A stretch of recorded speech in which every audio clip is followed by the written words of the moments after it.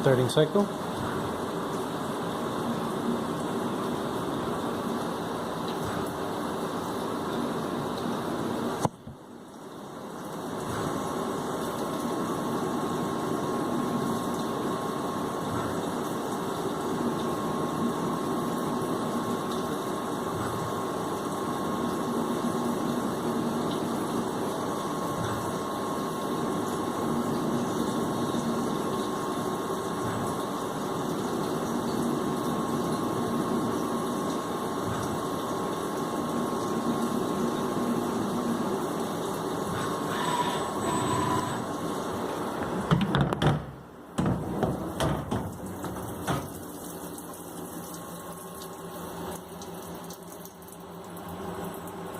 Beginning parts of the cycle are pretty hard to see, so coolant everywhere. Give you some idea of the boring and threading, and then we'll come back. Usually here what I do is, see if I can do this left-handed, thread in a test tube from this side. Just make sure that the threads start and fit and are to size, and everything's good.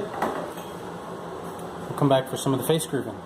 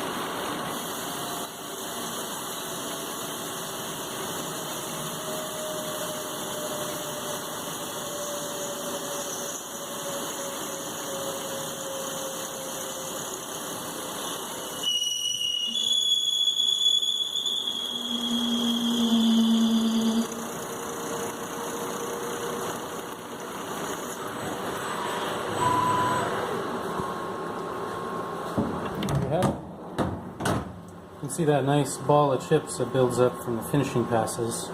The roughing doesn't seem to do that, but finishing passes do. And there you have it, the completed underside of the top plate. Finish is coming out perfect. The inner diameter, every time I measure, let's see if I can, left-handed would be not very easy. Sorry about that. If I can do this on camera.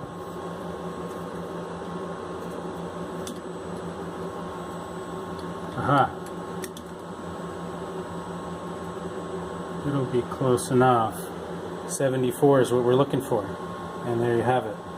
Might be a little bit of pull off with one hand, but I usually get about 74.01 or 73.99, so we're very, very close. And the gasket goes in there. Other than that, we're looking really good. We have, as you can see here, 4 and 5 finished underside plates. I'm building out 5 full units, so we got 5 pistons, 5 tubes. It's kind of my test production run, and that's pretty much it. The toolbox here, as you can see, I posted online some of this other stuff about all the carbide that it takes to make this stuff. Drills, taps, and tool holders. And here is overview look of the lathe. They're coming along. Very happy with how things are coming out. Finally, the turret is in its more or less final configuration with all the tools and offsets, and I have clearance for everything now. I have a little bit of things to do to optimize code, get everything for cycle times to come out, but as far as finished products, they're coming out perfect.